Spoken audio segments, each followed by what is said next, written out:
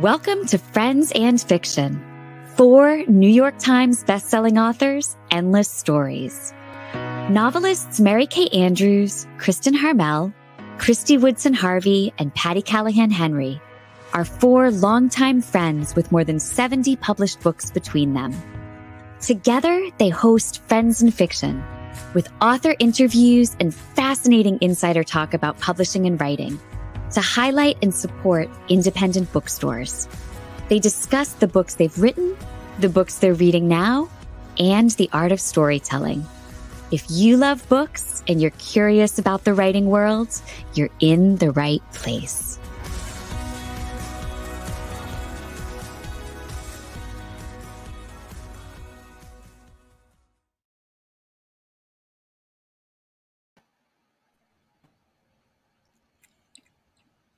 Hi, everybody. It's Wednesday night, and that means it's time for Friends and Fiction. It's the happiest hour on the internet, and we are so glad that you are here. I'm Christy Woodson Harvey. I'm Patty Callahan Henry. I'm Mary Kay Andrews. I'm Kristin Harmel. And this is Friends and Fiction, 4 New York Times bestselling authors, endless stories to support independent bookstores, authors, and librarians. We are so happy to be here with you for a grand celebration of not only Mary Kay Andrews' brand new The Homewreckers, but it is also the paperback launch of Kristin Harmel's beloved The Forest of Vanishing Stars.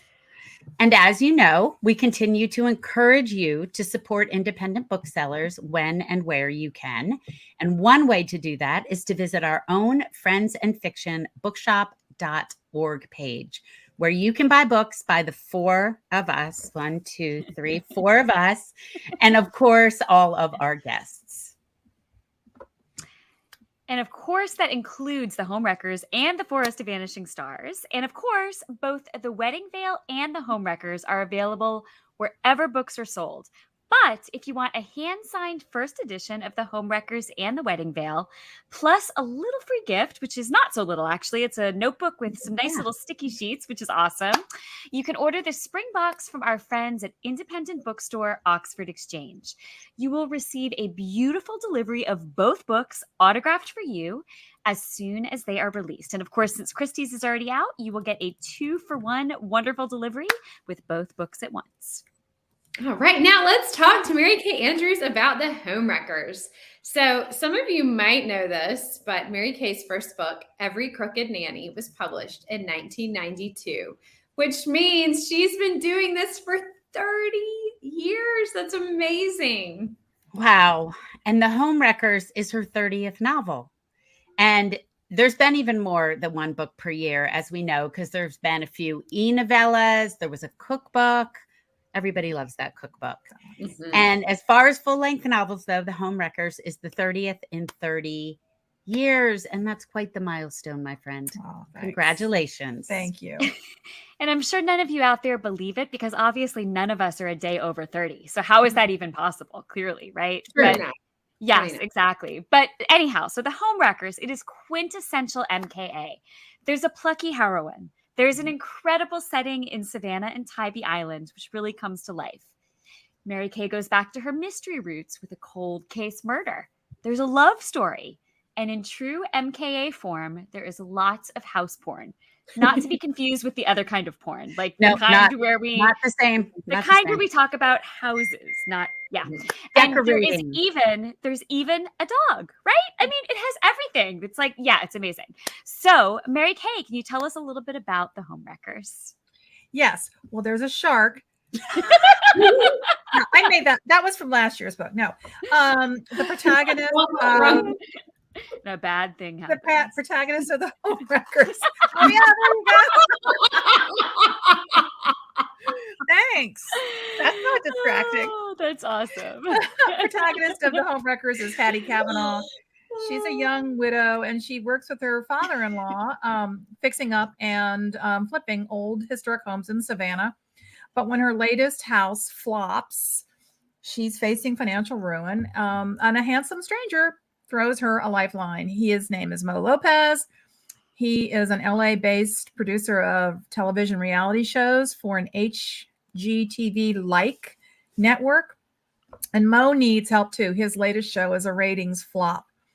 So he comes across Hattie on a visit to Savannah and gets the idea that they should film a television, a home restoration show in Savannah because there's so many beautiful historic homes there. And he pitches it to the network and they buy it. His idea is to call it, excuse me, Patty, his idea is to call his show Saving Savannah. But the network turns it around and they create a show called The Homewreckers, which they decide should be a mashup of Flipper Flop and The Bachelorette. And Hattie gets paired up with a California designer who has had another hit show. There's a fly in the ointment because Hattie is surprised to know that when she has to fix up an old house, she has to buy it herself, which is real life. Those fixer-upper shows, the people doing the restoration buy the house themselves. I never knew that till I read the book. Yeah. Anyway, she has to, scrape up all the money to buy the house, and she does that, and then stuff happens. There's a body and a dead body, not just a body. There's a dead body. And there's somebody who will do anything to keep Hattie from making a success of that house and from discovering the truth about stuff that's happened at that house on Tybee Island. Dun, dun, Wait. dun. Yes. I was about to give something away. Don't give away this. No spoilers. No spoiler.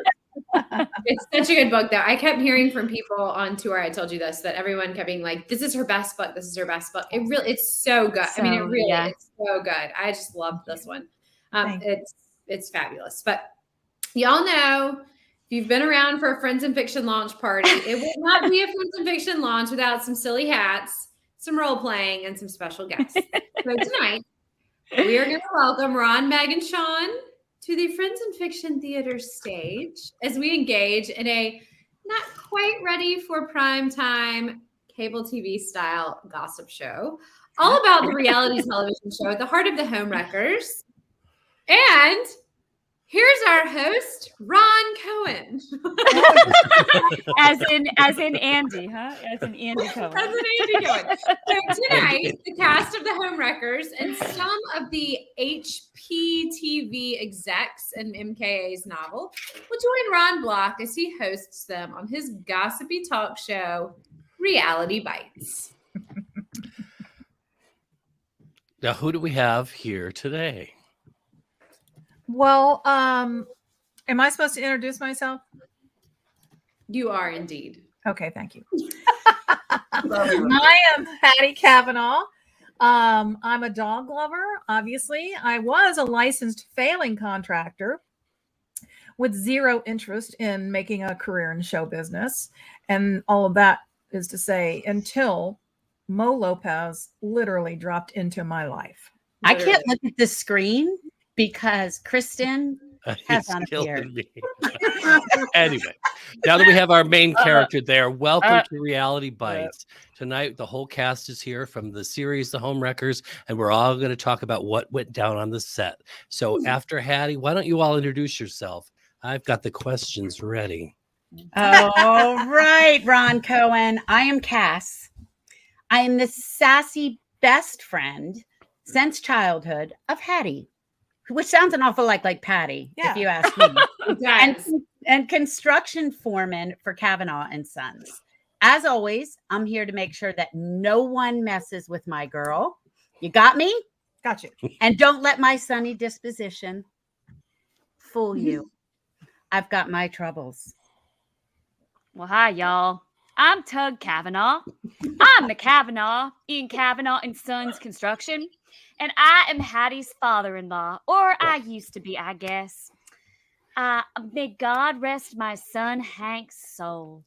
I don't even really know what I'm doing here, participating in this nonsense. But my name's on the company, so I figured I better show up and keep this hot mess express, as y'all call it, from going completely off the rails. Oh, you really need me to tell you who I am?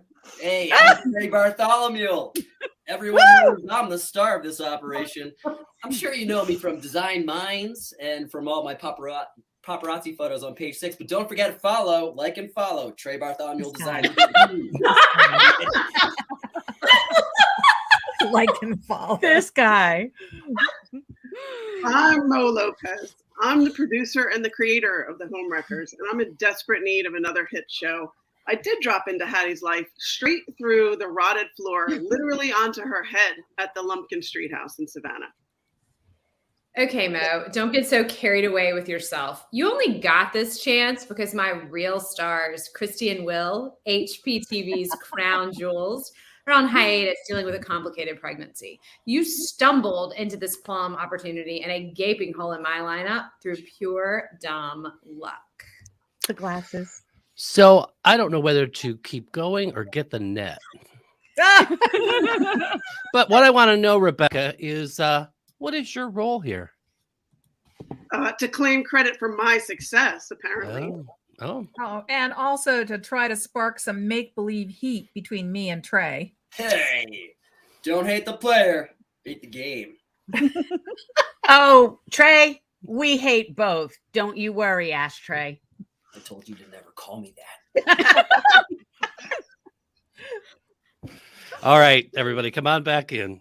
Let's get back on track. Rebecca, if you could answer the question, what is your role? I obviously am the HPTV network exec. I'm in charge, for better or worse, of all of this. Oh, so Rebecca, is it true that you took Mo's original idea of a show called Saving Savannah about historic home restoration and turned it into this? Yeah, she turned it into a fake setup of Boy Meets Girl with a side order of home reno. Wait, that was all orchestrated?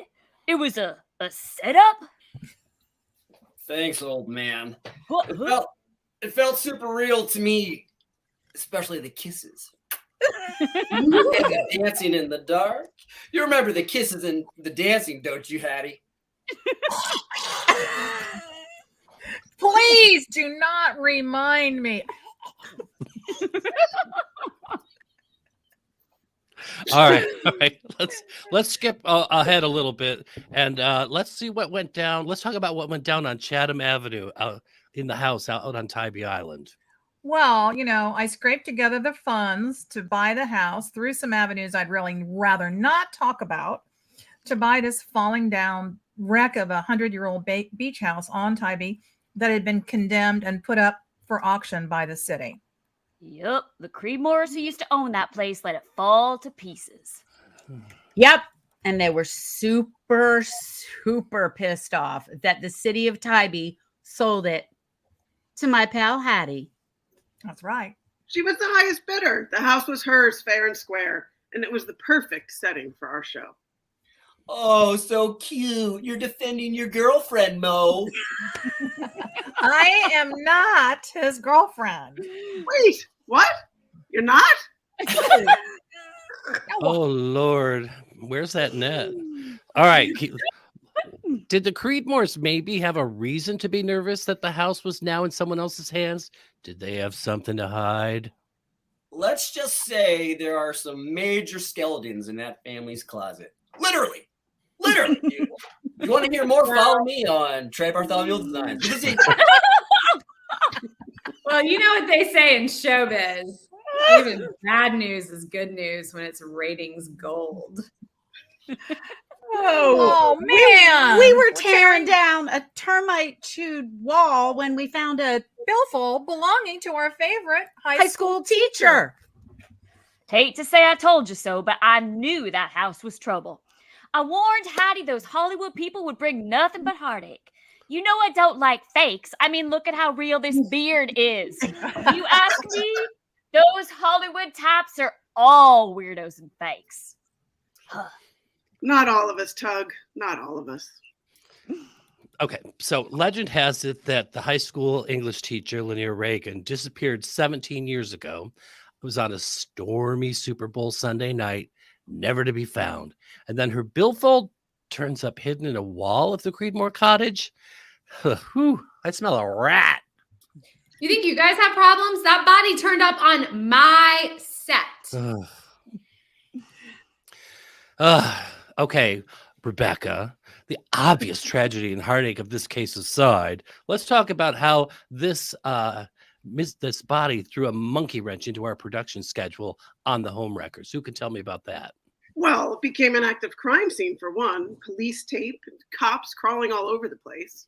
Such a nuisance. Such a nuisance. I've been telling you from the beginning, this house is nothing but a jinx. First, this code enforcement officer, Gadget, keeps slapping us with fines. We cut down a tree. Who cares? Yeah.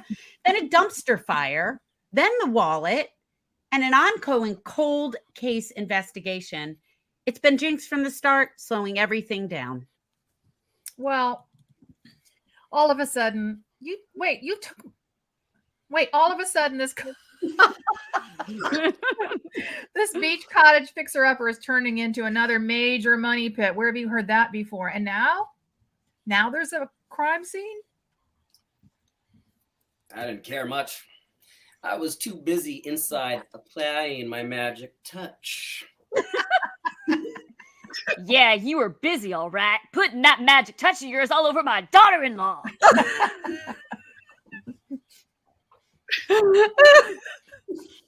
Well, I put an end to that, didn't I? All right. Come on, everybody, calm down. Let's talk, though, about that on-set romance. Sparks were flying between Trey and Hattie. How fast did it fizzle?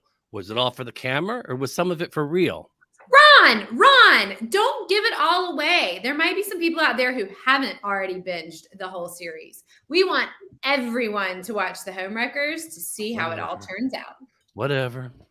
Well, you kind of have a point anyway. So let's focus back on the house. Well, Hattie pulled off a major miracle. She transformed that dump into a magazine. That's a magazine. A magazine. She turned that place into a magazine spread waiting to happen. And they think I cannot. I was gonna say, Pat. Magazine. So hey, I distinctly recall being there, toiling away with my Hattie, many a late night. Who was it that pulled up that shanky, skanky old carpet and kept an eye on Trey's shady practices? Please, ladies, that kitchen, those hand-painted floors, all the finishes, we all know who that was. He's got 2 million TikTok followers. He comes right here. This guy. Get over yourself, man. These girls have been flipping and staging houses longer than you've been out at charm school. Yeah, maybe you should go back to California dreaming, Ashtray. Your charm is lost on me. Sure didn't seem that way last night at Sunday Cafe. Those gossip rag pictures from that night. Woo! What? Yeah, you sure loved those, Rebecca, didn't you? Really played right into the network's hands. Well, Bunch of vultures, snapping pics of people's private exchanges, spilling the tea on my girl Hattie's family secrets. Why do they care about any of this? I mean, why don't you just leave us alone? Yeah. Who actually cares? Yeah. Okay, well, I am loving all of this. This is ratings gold for me. So we all care, right? We all care. So trust me. Everybody, right? Everybody agree with me? Oh, yeah. We all care. We all but care. Sadly, I'm afraid that that's all the time we have right now. Thank you to the cast of the Homewreckers for joining us here on Reality Bites.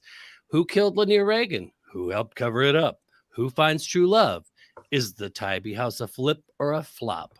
Will Hattie sell the place and get out a hawk?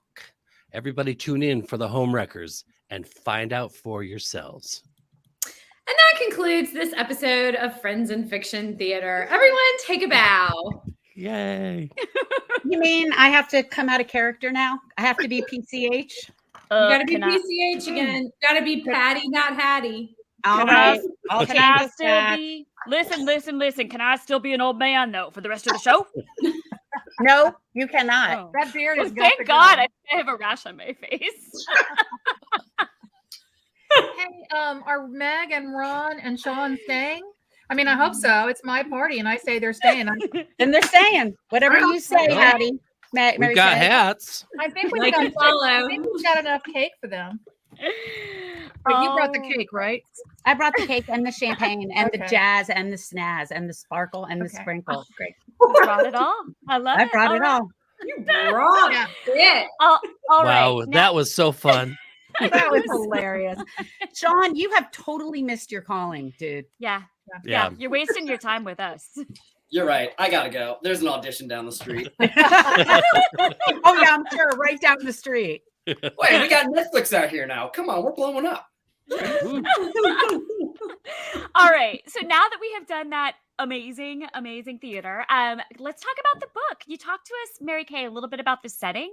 I would love to know why you chose Savannah and Tybee, what draws you to this locale, and what impact you hope the setting has on your readers. You know, we've had vacation rental homes on Tybee Island for 15 or 16 years. And Tybee was the first beach that we found out about when we moved. My husband and I, my starter husband and I, got married right out of college and moved to Savannah. And I got a job at the newspaper there. And Savannah is one of these places. I think it gets under your skin. It's so evocative. It's like a nail fungus. You just cannot get Savannah out of your system. I would have been like, it's like a sugar cake or like a. Yeah. It's like a nail fungus. Fungus, that sells it. It's one of these places that the past is always present. You walk down a street in the historic district and, these beautiful 19th century homes are there. And the thing about living in a place that has so many echoes of the past is when they come up against the present time, there are lots of conflicts, and conflict, makes for a good story. That's so true. And just to clarify for those who don't know you, your starter husband is still your current husband. Last I checked, yes. Okay. I talked to him a minute ago. He's great. He's great. As far as you both know, he's still your husband. Yes. He is 45, some 46 years. I don't know. I lose track. That's amazing. I That's love awesome. That's awesome. Yeah. That's awesome. Well, Mary Kay, how did you come up with the idea to include an HGTV style reality house flipping show at the heart of the plot? I'm pretty sure it was because you envisioned me right here in the Andy Cohen role, right? No. I watched, She can't even fake it. I know. That's your favorite word. We all know. Nope. For Ron, yeah. I watch a good bit of HGTV shows, and I was watching one night. I think I was watching Hometown. I like that show. It's set in Mississippi with a cute young couple. And all of a sudden I thought, what if I wrote a book about, somebody who's trying to flip a house and it's not working out so great. And I thought, the first thing I thought was Homewreckers. So sometimes I start with the idea for a book starts with a title. Sometimes it starts with a premise. Sometimes it starts with a character. This time the idea definitely sparked from the title. And then, and of course I thought, well, I'll set it in Savannah. And for one reason, there's so much television and movie production taking place in and around Savannah right now in real life. Yep. Nice. So, when you were gutting your own house, Coquina Cottage out on Tybee, you found an old wallet tucked into a razor blade slot in the wall. And that became a little bit of a local news story and a little bit of a sensation on your social media. So how did that story find its way into the Homewreckers? Talk to us a little bit about that. Well, I knew that I would have a body in the book. I knew that there would be a dead body. It's really redundant to call it a dead body. It's like calling a dead corpse. All corpses are dead. I have an alive body right here. Oh, okay. I lost my train of thought. Sorry, has been the billfold. We need to separate you two. Are you distracted by Patty's body? Thing again where you just push her out of the screen. Welcome to the launch of our contractors, we had a wall in a bathroom at the back of the house that had a lot of termite damage, and we ended up having to tear the wall completely out. And the contractors found an old billfold in between the wall joists behind a large razor blade slot. And so they gave it to me, and it had been there since 1954. The woman's name was Melba, and it had all of her ID, her social security card, her driver's license, pictures of her sailor husband. We figured out that he was in the Navy. And I, of course, looked her up online, and I found out that she had passed away. I found her obituary, and I found the names of her survivors, but I couldn't find them myself. So I posted something on my social media at like 10 o'clock at night. By the next morning, I had contact information for both her daughter and son. Wow. And, amazing. We came to find out that Melba lived in that house for only a year. It was a duplex while her husband was at sea in the Navy, and she had a little 1-year-old son.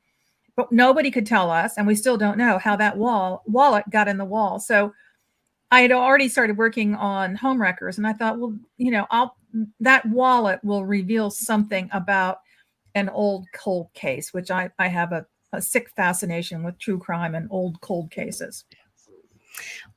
Explain because I didn't understand when it happened. It was so fascinating. Explain what a razor blade. Right. So in a lot is. of old houses, we've remodeled 4 or 5 old houses, and in old bathrooms, lots of times in the medicine cabinets that are built into the wall, there was a slot in the back of the medicine cabinet where you would dispose of used razor blades. And so this one was much bigger than any one I'd ever seen to have, for that wallet to have got. I guess that's how the wallet got in the wall. We still don't know. Wow. Crazy. So interesting. Yeah. Well, one of my favorite things about this novel is it is so chock full of those little Easter eggs with lots of characters named for real people and real life locations.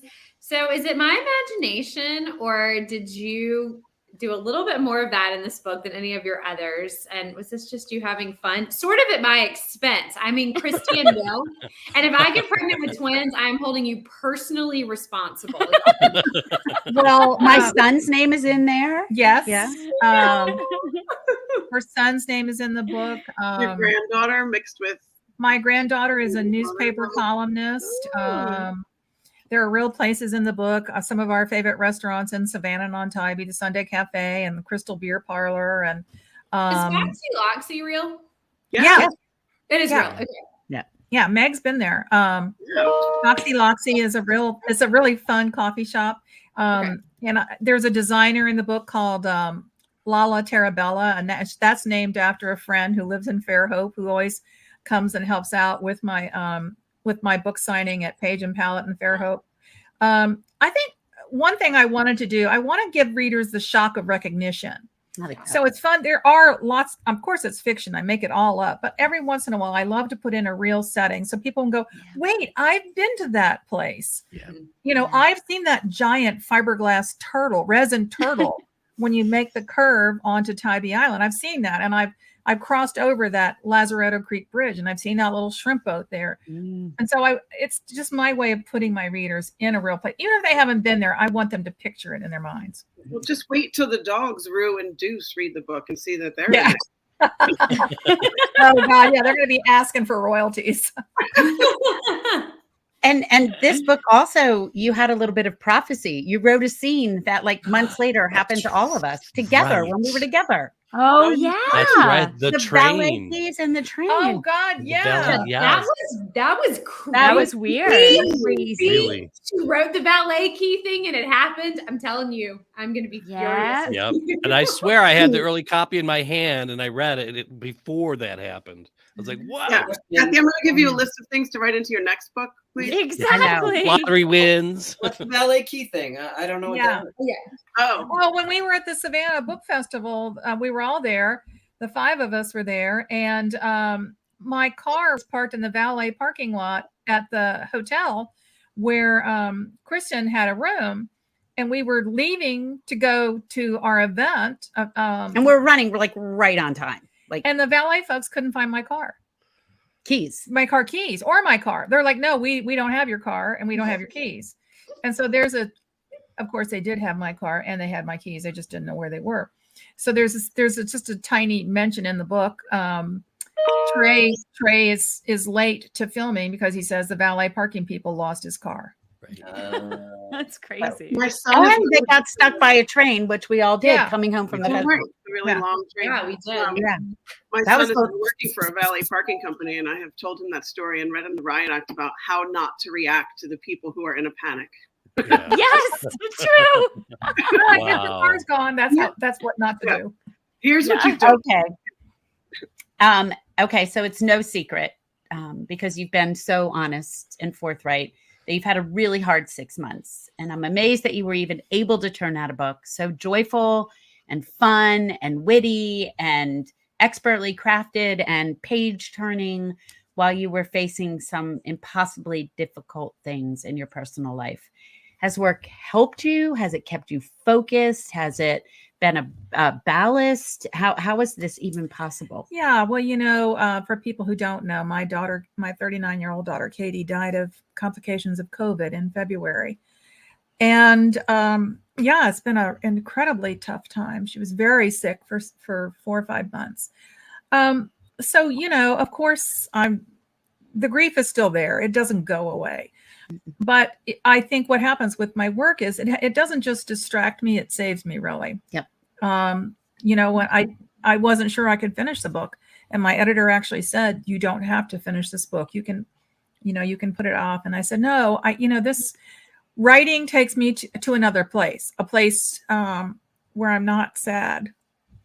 So yeah, and how you maintain your focus is you just do. You really don't have a choice.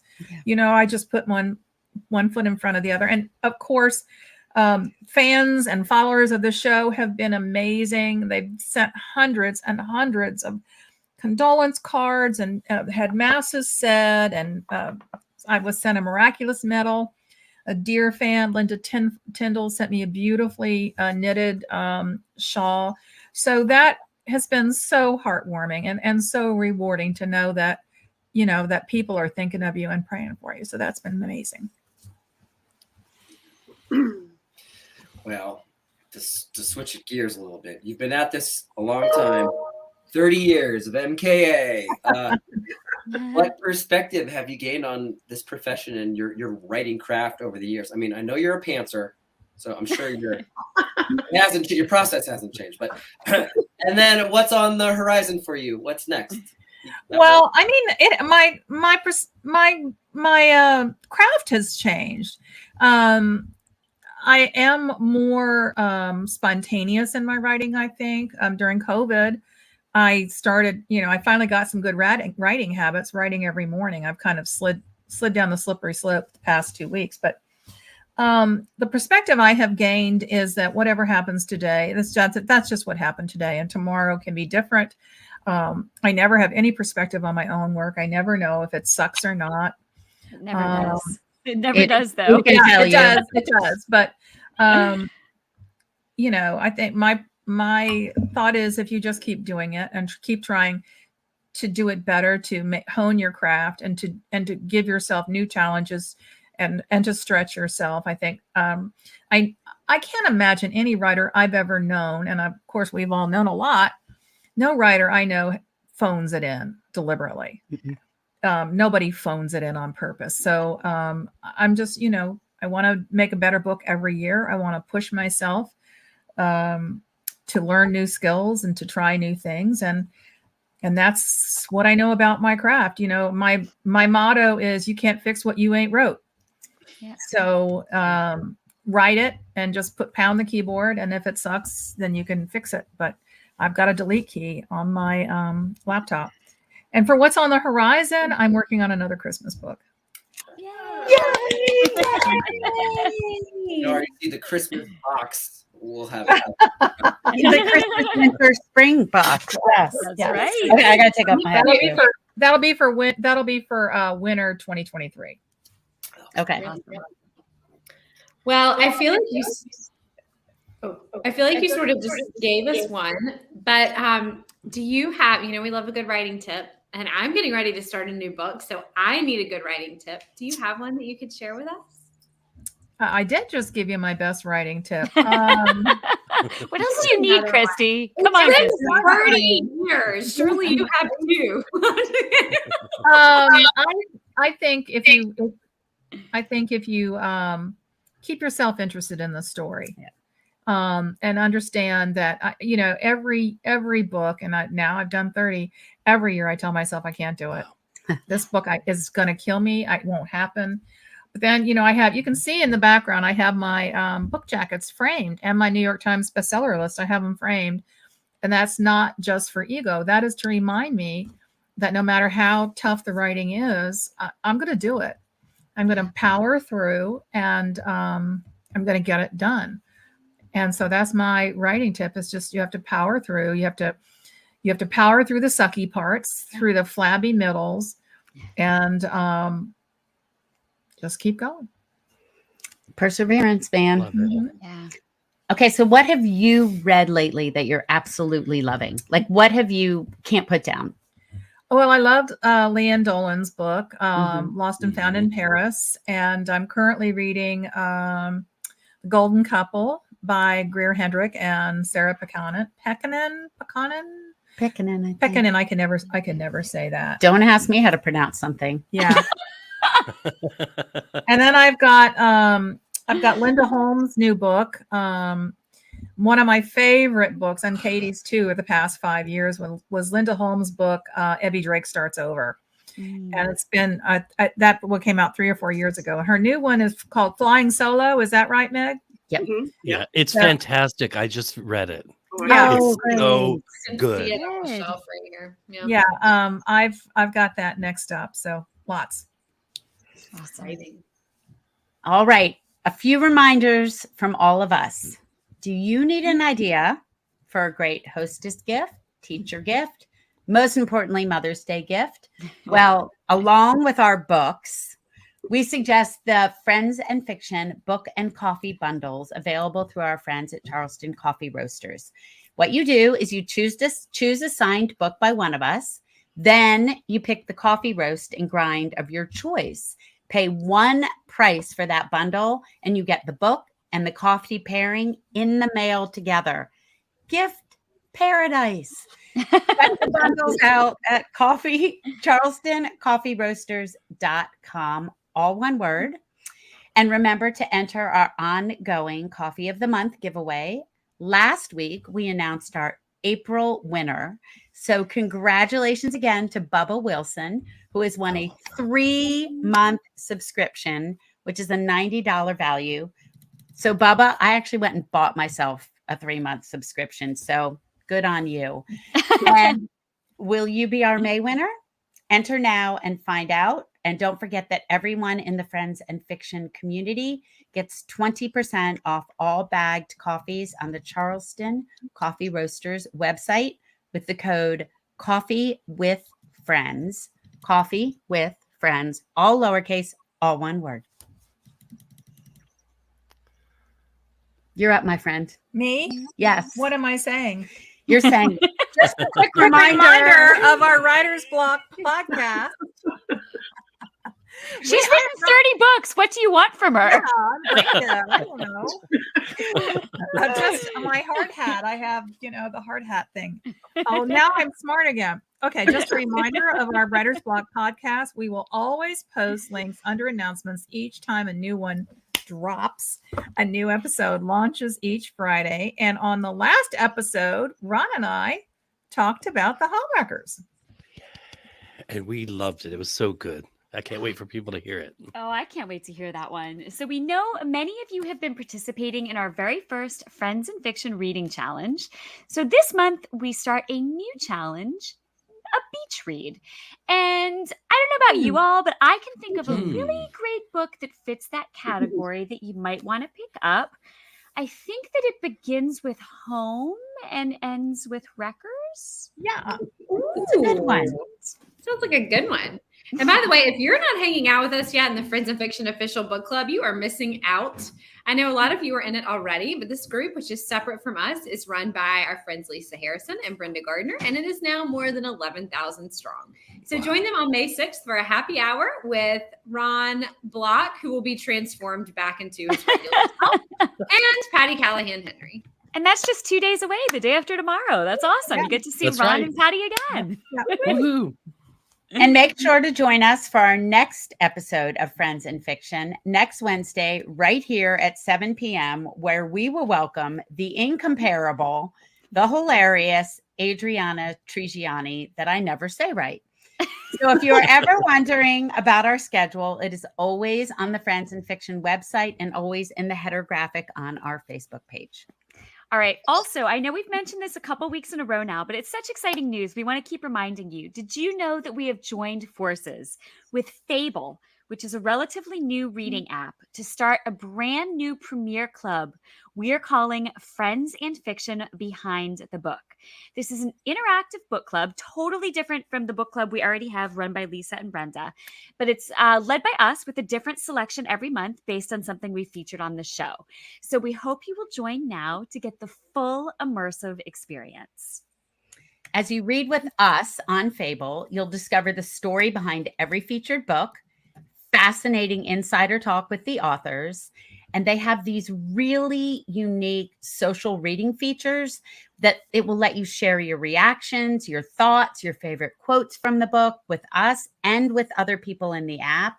And you get total special access to resources about that book that you can't find anywhere else. Yeah, Hey, you know great what? Mother's Day gift. Oh, that's a good Oh my idea. gosh, that's such a great idea. Yeah, absolutely.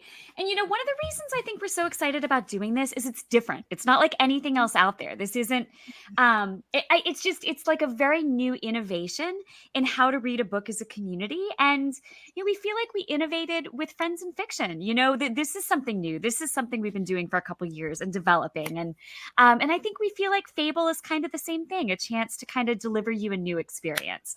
So our first pick for Fable is The Wedding Veil, the brand new best-selling novel by our very own wonderful Kristin Harmel, who, as far as we know, is not pregnant with twins, despite being foretold that in Mary Kay's book. Lordy, as far as she knows too.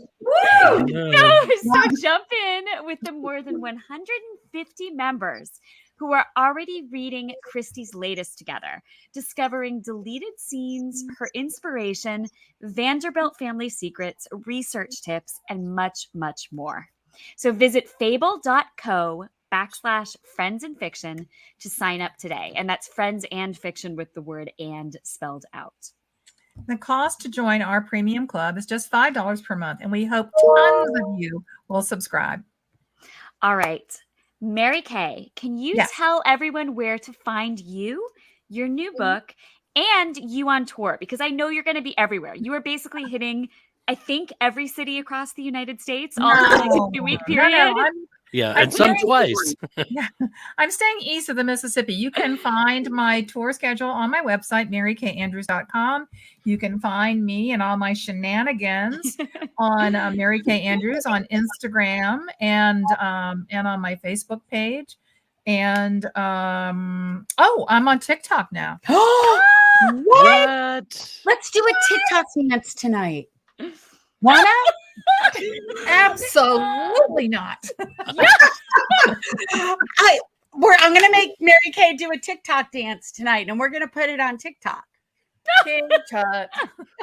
Dude, that would make me join TikTok. Dude, we could be a whole viral sensation. Yeah, viral would be the word. Everyone would be vomiting because it would be so viral. Just an idea. Okay. Well, on that note, make sure to stay tuned for our after show where we will be celebrating our fabulous Kristin and her beautiful new paperback, and possibly also her beard, although perhaps we've seen quite enough of that. Don't forget to find back episodes on YouTube. We're live there every week, just like we are on Facebook. And if you subscribe, you won't miss a thing. Plus, you'll have access to special short clips. Before I leave, most important thing of the night, if you have not bought the Homewreckers yet, buy the book. Buy the book. Damn it. Buy the book. See you in a minute. And make sure that you join us next week as we welcome Adriana Trigiani. Yes. Good night. See you in the after See you in a show. minute. See you in the after show.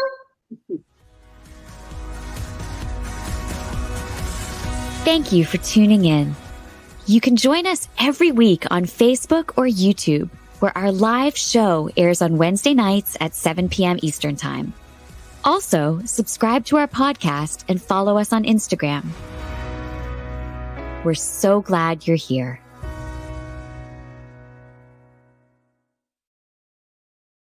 Sorry. Oh my gosh, I was getting ready to say, do you still have your flower crowns? And I was totally kidding, and you do. Oh my gosh, you both do. I don't even know where mine is. That's crazy. Well, I love only it. know because I was trying to Aw. in a doomed attempt to get organized, I threw all my Props. my props in a bin, and I haven't even put them away yet. So they're all sitting right I'm off. sorry, Kristin. Yeah. I actually Yeah, they're have all sitting mine off camera. downstairs. I even know where it is, and it did not occur to me until right now that I should be wearing it. So everyone pretend that I have Oh my my gosh, flowers no, I don't on. have mine either. I have my veil. I could wear my wedding veil. Well, there is part of the veil here too. I'm not really. What happened to the rest of it? You broke my veil. God damn it! I can't have anything nice. Well, you complained about it so much. God, I'm glad she Can I just point out, first of all, you two look lovely in your flower crowns. Thank But you. can I just point out, we've all been wearing a helmet for the last hour, right? Yes. Would you all take a look at Christy's hair? She still looks perfect. Like what? I don't understand. I think everybody's hair looks I don't good. understand. I don't understand. We get exhausted of it, but I mean, whatever, it's a thing. Christy, these are the things that lead to you getting pregnant with twins. I don't know what to say. Well, if that happens, everyone's gonna have to just come move here. That's all I can say. So. Oh, you're trying to get your parents. You're trying to get your parents to move to Beaufort, and I think that would Well, that would be the there way. you go. Yeah, Be a boy. yeah. That would be the way. Yeah. Well, That's as right. we mentioned earlier, how lucky are we? Not only do we get to spend the evening celebrating Mary Kay's brand new release, but now we get to celebrate the paperback launch of Kristin's beautiful novel, The Forest of Vanishing Stars, which is also new this week and in stores across the country. So we're so excited. We've had a few questions about these paperback releases since, of course, we celebrated Patty's paperback release of Surviving Savannah just last month. And in fact, my 2021 book, The Newcomer, just came out last week in paperback too. And of course, for that occasion, we had to put a friend in a shopping cart at Target. Yeah, we celebrate in different ways. As one does. I feel like I kind of started that trend a little bit, so I think that I feel really like special that that's like a new thing now that we can all get in the shopping cart at Target. I feel bad because I have not been pushed in a shopping cart yet. I have not done either, but I would like to make a request. When I get to make my Target appearance, can I wear the beard? Yes, but you have to sit in the toddler race car because she's so tiny. She could actually like put her little legs in the little seat on the like the little front facing one. Yeah, we could like strap her in. Yeah, that would be great. Adorable. Two of us can get in the car that way. All right, we have to get back to The Forest of Vanishing Stars. Basically, whenever a book is released in hardcover, it's generally released later, usually about a year later, in trade paperback too. What this does is it allows the book to find a new audience in a different format. And in many cases, as in theirs, it can include bonus content like a reading group guide. It also sometimes is an opportunity to tweak or change the cover. For example, in Surviving Savannah, they changed the color of her dress, and made the background brighter. So pretty. So Yep. Paperbacks, they come out for different reasons at different times. Oh yeah, listen, you have the two. Isn't that, I know, I love that. I love it. Yeah, it looks awesome. All right. So if you have already read The Forest of Vanishing Stars, you're way ahead of the game, and thank you so much for picking it up. But if you haven't, I do hope you'll consider picking it up this week. You can find it, of course, in indie bookstores, which means so much to us here at Friends in Fiction. And of course, it's also available at places like Costco, Target, Sam's, Walmart, and of course, Amazon, Barnes & Noble, Books A Million, kind of just wherever you pick up your books. So look for it. It's the same cover that it was in hardcover, which we've probably shown you too many times. But like MKA, I'll be on tour all this week and part of next week talking about the book around the country, although I won't be in as many cities as MKA, but I will be on the road. You won't be in every city in the country. I'll be like in every other city. Yeah. And we'll all be together in Cleveland. And Kristin and I are going to be together in Tampa or in St. St. Pete. Yeah, right. Exactly. Yep. Yeah. I mean, we were bound to overlap at some point since we're both hitting every city in the continental U.S. Right. Yeah. I mean, you would eventually have to, just statistically speaking. Yeah. And I was actually just thinking, even if you've already read Forest of Vanishing Stars, it's kind of nice to sometimes like in your, if you're traveling or you're on the beach, just you need like a little lighter version, give it to a friend. But you know what? It makes a great Mother's Day combo pack, right? Yes. Yeah. Indeed. I'm just saying. Yeah. It absolutely does. I love that. Well, you might remember celebrating the hardcover launch with us on Friends of Fiction last July, because I think it was definitely one of our most memorable episodes.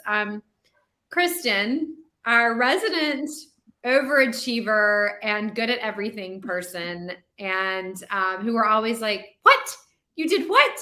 She wrote a musical, because that's what Kristin does. She just writes a musical just because she can. It's Wednesday. I think I'll write a musical today. So she did. I mostly just excel at beard wear, facial hair. That's it. You do. You have a lot of skills. You have a lot of skills. That's it. That's the main one. Yep. But Sean, could you show us like a little clip of the Forest of Vanishing Stars musical? Into the woods we vanish at last. There's light, there's hope, there's magic as we explore the past. Here in these pages, you'll find a story lost of faith and perseverance, whatever the cost. You'll find hope in the darkness, a story of light, of the beauty of nature, and the stars out at night. With love and understanding, Yona will find her way. She'll be a light for others as they survive the days.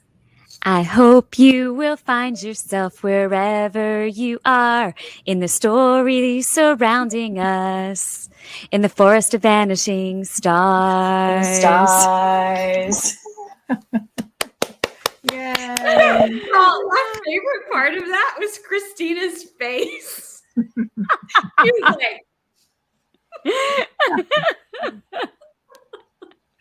Oh man. Okay. Well, Memories, like the corners of my mind. Yeah. Misty faded color, what are memories? the way we were. Okay. I think we established why all of us pursued a career in writing fiction instead of pursuing careers as singers. I don't know what you're thinking. We were all excellent. Yeah. So, Kristin, remind us what the book is about after that song fest. Yeah, sure. So, The Forest of Vanishing Stars, briefly, is about a young woman named Yona who's kidnapped from her German parents on her second birthday. She's raised deep in the woods by this woman named Yerusha, who feels like she's been called by the forest itself to take this little girl, to raise her in basically complete isolation and give her a different life. So she raises her with all of these survival skills, but virtually no skills of human interaction. So in 1942, which of course is during World War II, when the woman dies, leaving Yona alone in the forest, Yona's in her early 20s, and she's all alone, kind of wandering around adrift, wondering, what she's supposed to do. And suddenly her life intersects with that of a family of fleeing Jewish refugees. And she learns for the first time what's happening in the forest, or in the kind of the world outside the forest, which of course is that the Germans have arrived. And tragically, they're rounding up Jews who live there and forcing them into Jewish ghettos and executing many of them. So people are fleeing into the forest, and Yona soon faces this choice, which is, does she retreat back to the safety of the woods, which is what Yerusha has always told her is the only way forward, or does she do what she can to help? So of course she chooses the latter, or as I've said before, it would be a very short book and we would not be here talking about it. But in doing so, it changes her life. And it becomes this coming of age story. It becomes this story of identity. And it becomes this story of what makes us who we are. Is it, what we're born to be? What's in our blood? Is it who we're raised to be? Is it who we choose to become? Or is it some combination of the three? So the story unfolds as Yona grows closer to this growing group of refugees. And the refugees are based very, very much on the real life stories of refugees who really did flee into the forests of Eastern Poland. Actually, this forest is now in Belarus. It's an area of the world, like the borders have changed. But there were thousands of Jewish refugees who fled into those forests and survived the war that way. And their real stories can be found in this book. So that's kind of the basics. I mean, I've read it. I've heard you talk about it so many times, and still you do that, and I get those chill bumps. Right? Thanks. I think that's just from the singing, the beautiful singing. I think it's the singing. It might be the flower headband. Probably. It's giving me chill bumps, but All the magic. of course, the book takes place in Eastern Poland, which, like you said, is now Belarus. Yeah. So the events you follow, which are very real historical events from World War II, are actually unfolding in the same area of the world that we now see on the news every single night. So, of course, Ukraine is just south of Belarus, and it shares a border with Poland. I kind of wish I had a picture. So that has been particularly interesting as we watch this unfold and in reading the book, because it feels like we have a more intimate understanding of what it's like to be in that part of the world. So it doesn't seem so far away and like something we only hear about in the news. So what it must have been like to forced to be fleeing from the only place you've ever known. So, Kristin, I've also heard you talk a bit about the research into this book because you worked closely with Belarusian a forest guide from Belarus, a Belarusian forest guide. But you also had the opportunity to talk many times to 94-year-old Aron Bielski.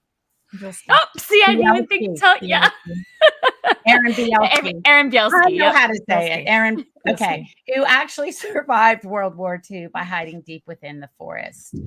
So just like your characters, he did that. Can you tell us a little bit about him and getting to know him and talk to him?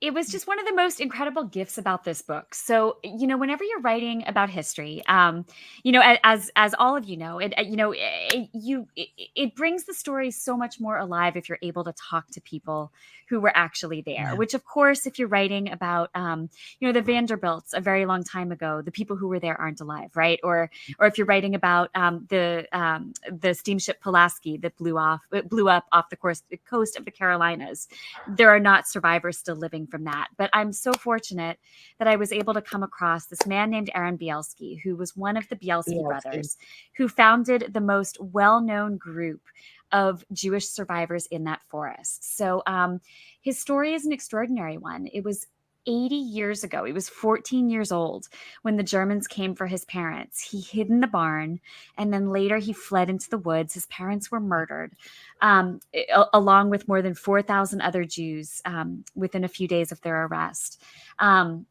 So he fled into the woods, joined his older brothers, and together they started this group, which started with just a handful of people who knew each other and grew to 1,200 people by the end of the war. And he actually, of course, obviously he used to live in Poland, but he lives in the United States now.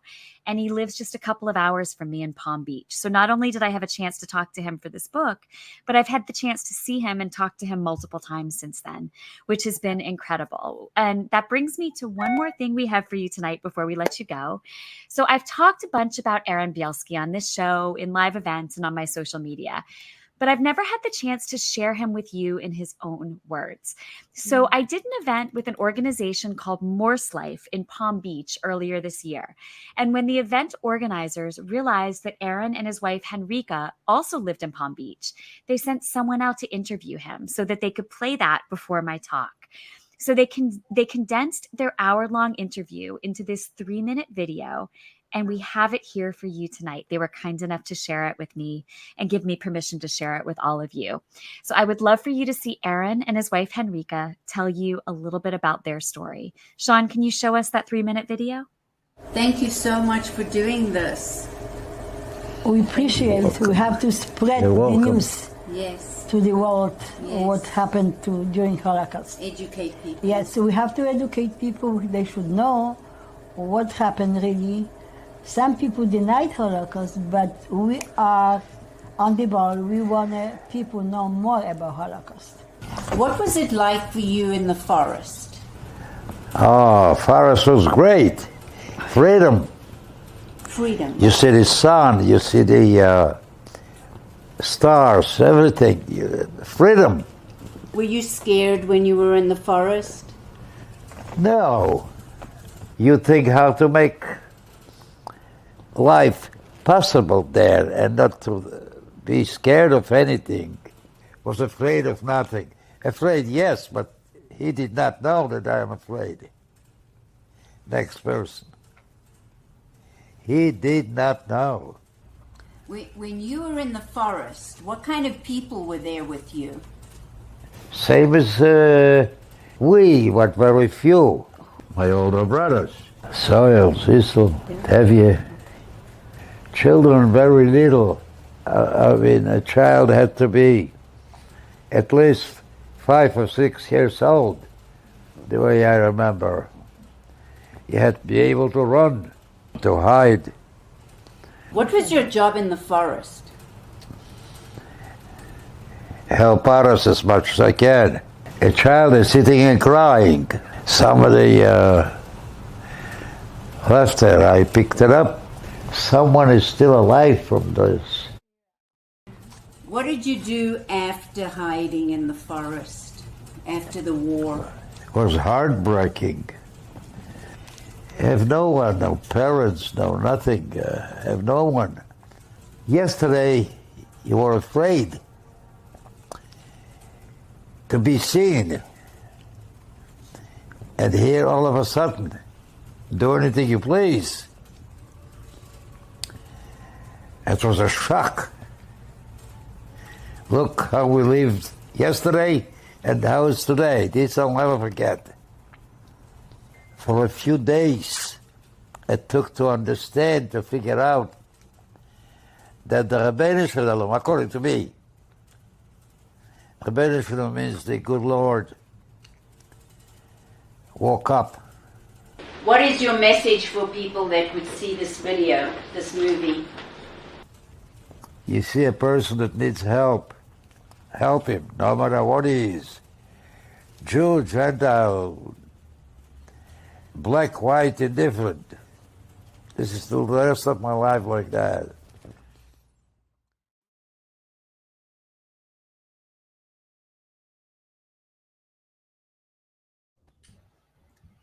Isn't that incredible?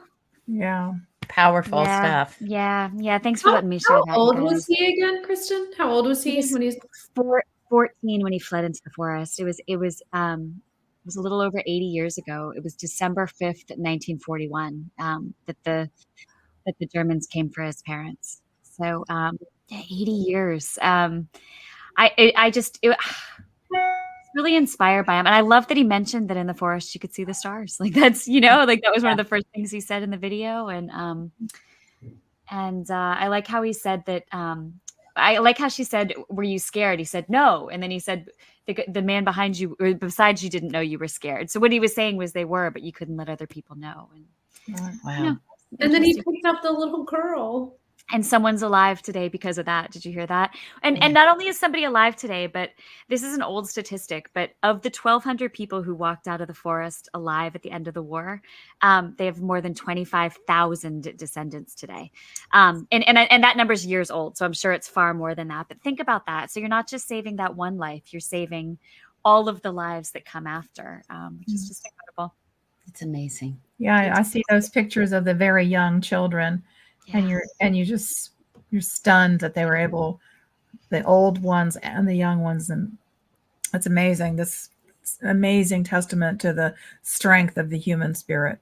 Yeah, and kindness, people helping each other. Yeah, kindness, absolutely. Yeah, you're bonding together like that to help each other. Yep, absolutely, and going out of their way to do so. It wasn't just, I've said this before, it wasn't just a group that happened to find their way into the woods and survive together. They actively sought out people to bring into the woods. I mean, they basically went into these ghettos, risked their lives every time, and said, if you come with us, you have a chance to live. But if you stay, you're going to die. So it's a great example for all of us, I think. Yeah, I think so too. Yeah. So on that note.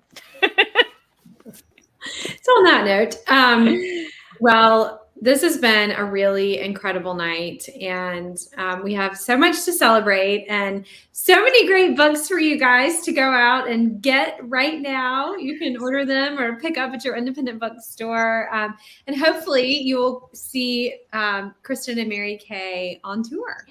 Yes. So, Kristin, can you tell us a little bit about your tour and where you're going to be? Yeah, well, I mean, the most important tour stops are the ones we're doing together. Of course, we're in Cleveland tonight. We'll be at the Jersey Shore on July 20th. We'll be in Rehoboth Beach, Delaware May 20th. Did I say May? I meant May. We'll be in Rehoboth Beach in July. And then Mary Kay and I are going to be together next Tuesday in St. Pete. So, which is where we both grew up, where we both went to high school, although my rival high schools. Right. I was about to say, don't hold it against her that she went to the inferior school. Clearly, I mean, she learned to write, they taught English there. She did learn to write a little bit. So, whatever. She managed despite the sad beginnings. But no, we're going to be together in St. Pete on Tuesday, which we're really excited about. I'm excited to see her. And, of course, you can find her tour schedule at marykayandrews.com. You can find mine at kristinharmel.com. And we hope that you meet up with us and all of us somewhere on the road. We're really looking forward to seeing you. I can't wait to see you guys. Well, friends, we hate for the fun to come to an end. It's been such a great night. But one last time, just a reminder to pick up your hardcover copy of The Homewreckers and your paperback copy of The Forest of Vanishing Stars. And we know we say it here often, but this first week is so important to our books and our friends. And we really, really appreciate you supporting us right at the beginning, because it makes such a difference for these books. So thank you. And we will see you back here next week, same time, same place, when we chat with the amazing Adriana Trigiani.